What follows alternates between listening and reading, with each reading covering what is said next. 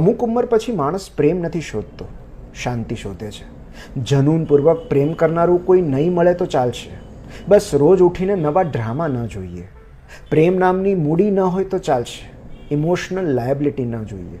સુખ ન હોય તો ચાલશે, બસ અશાંતિ ન જોઈએ. ઉંમર સાથે પ્રેમની વ્યાખ્યા બદલાતી જાય છે.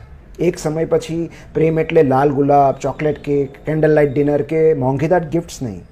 પ્રેમ એટલે એક શાંત સવાર, લોંગ ઇવનિંગ વોક અને એકબીજાની મૌન હાજરી.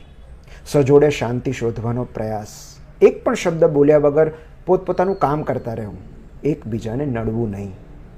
પછી આપણે એવો પ્રેમ નથી ઈચ્છતા જે આગની જેમ દઝાડે, ધીમી આંચ પર હૂંફ અને ઉષ્મા આપે એવો પ્રેમ ઝંખીએ છીએ. ઇમોશનલ રોલર કોસ્ટરથી થાકી ગયા પછી આપણે સ્થિરતા ઈચ્છીએ છીએ. ચૈતન્યના શાંત તળાવને કાંઠે થોડી વાર બેસવા માગીએ છીએ. કોઈ આપણી બાજુમાં ચૂપચાપ બેસવા માગે તો ઉત્તમ,